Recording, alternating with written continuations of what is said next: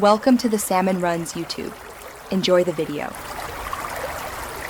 You start by confirming the firmware supports Secure Boot and noting its current state. This avoids surprises later.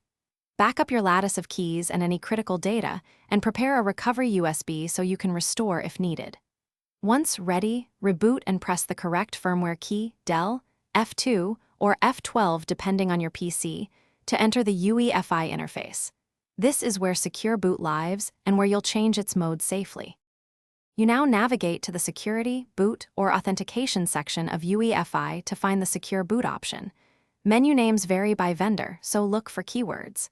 Change the mode to the desired state, standard to use vendor keys, custom to manage keys yourself, or disabled to turn it off. You do this because each mode controls which OS bootloaders are allowed. If selecting custom, import or remove platform key, KEK, DB, and DBX entries after making changes, you must save and exit the UEFI so the firmware applies the new Secure Boot mode. Failing to save is the most common mistake.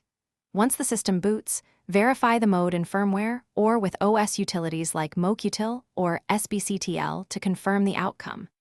If boot fails, use your recovery USB, reset to factory keys, or re-import your backed up keys to restore trust. This single troubleshooting step resolves most Secure Boot misconfigurations.